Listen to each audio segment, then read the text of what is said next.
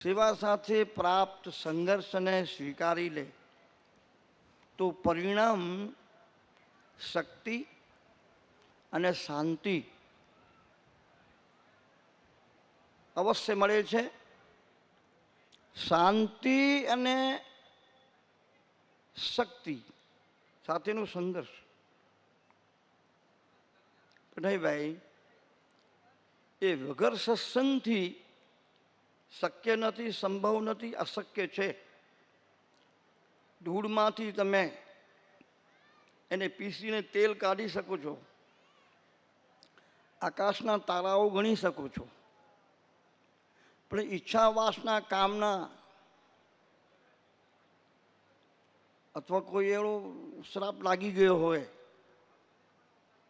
તો તમને પદ મળી જાય, જરૂર પદ મળે,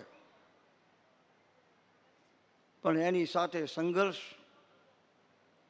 સંકળાયેલો જ હોય અને શિકાયતોનો દોર ચાલુ થાય.